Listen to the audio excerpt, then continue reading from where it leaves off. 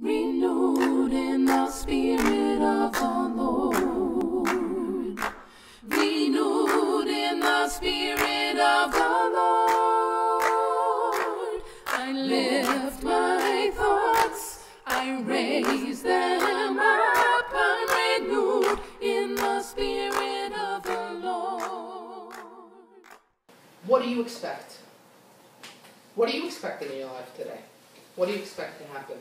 It's from these beliefs that our experience are created. I believe it's because she never let go of that mission, that regardless of what came in her way, whether it was physical, whether it was no money, whether it was conditions. She starts as a band of one in a third-floor walk-up in Calcutta, India. I'm sure she didn't know the language. She was able to grow this, AIDS ministries all over the place. Nobel Peace, she was recognized from every corner of the earth. She never wanted it, but that's a byproduct of living a principle-based life, like the one Jesus was, right? We can find many common principles between these two wonderful master teachers. There's an amazing story about how broken pencil, Teresa, the little pencil, showed her radical faith. So there was a mad bull, something we don't have here in Providence, but there was a mad bull charging the streets of Calcutta. The bull makes a turn onto one of the streets where she was ministering to the poorest of the poor, something she did every day, and she sees him. And this frail, broken woman just raises her hands like this to the bull at the corner of the street. And the bull, all of a sudden, becomes docile and allows himself to just be, I'm treating somebody here. Bull, you want to help me out? He allows himself to just be led away. She's able to continue. The seeds of faith from which Teresa's life is propelled is in each and every one of us sitting here today. What if we were to believe in our divine mission to a fraction of the extent that she believes in hers? Or she believed in hers. We know she passed the 97. What might the outcome be? And if we are riddled by doubts or illness or depression or loneliness, we now know that that's not a factor. That doesn't have to stop us. Those are real. I'm not saying they're not real, but those are human conditions. God is bigger than that. God is stronger than that. God is more peaceful than that. If we believe whatever we need to live out our divine mission will be provided for us, so it will be. As we believe, we tend to get. Do we believe? Yeah. Do we believe some of the time?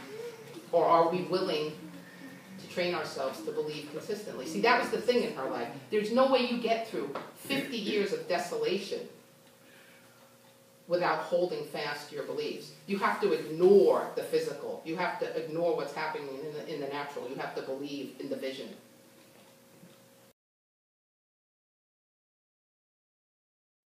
So she believed in serving others with great love and compassion, in all humility. Her focus was on those in need. Her life was lived for them. Her God self, her higher self led the way persistently, despite what challenges she had. Imagine. I'd like to say her life was not her own. She didn't live for herself, but in serving God, she was also serving herself. There's no way to separate that. We know that as we serve another, we're also serving God and ourselves. We're all one. There's no possible way to separate those things. She's quoted as saying, God doesn't ask us to do great things. He asks us to do small things with great love. She was a shy person.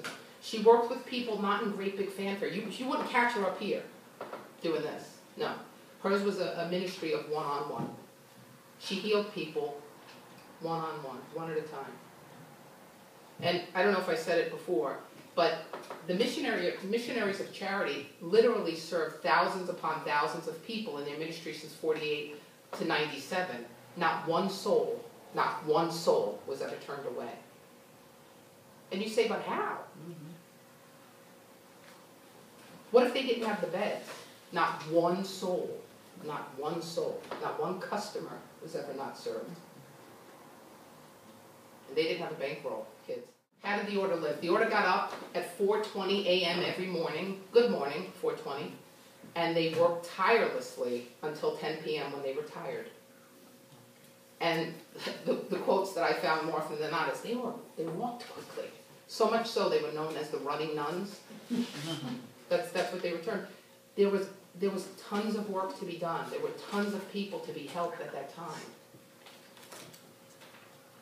And you see, there was no time for Teresa to be self-absorbed. What about me?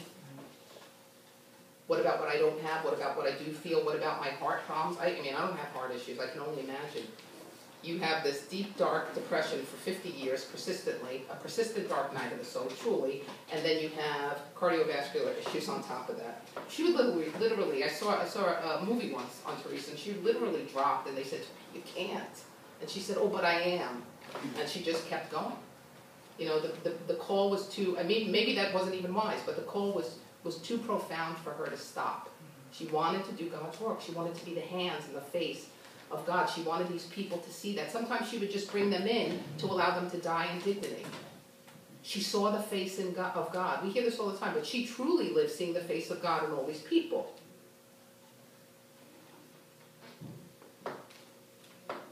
That no one else cared about, that people literally walked over.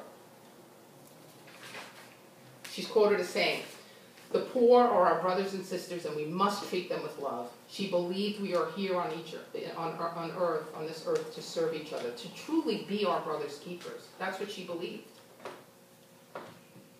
She's often quoted as saying, "Give until it hurts." It's not something we hear in a Unity Church all the time. We're much more comfortable over here, right?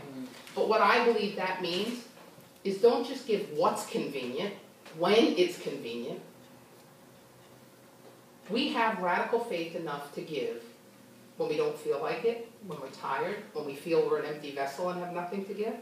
Why? Because we believe, or I believe, that God will take care of me. As I take care of his people, he's taking care of me. I'm 44 years old. That has never once let me down.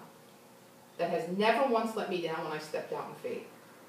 We have that. We have that inside of us. That's the contract. That's how we're born. We're made to inherit the kingdom. We're made in the image and likeness of God. What problem is too big for us? We're made to overcome. Which reminds me, it's one of the songs on my new CD, which is out there on the table, underneath all those papers and stuff. One of the songs that is my favorite, that pulls me out of it every time, is called "We Shall Overcome." And it says just that. It says, I don't care. There's nothing that can keep me down. As a child of God, it's my divine birthright. There's nothing that can possibly keep me down. Nothing. It might be a feeling, it might be for a time, but there's nothing that, with the steam of God showing up as my God self, that I cannot circumvent or overcome. Period.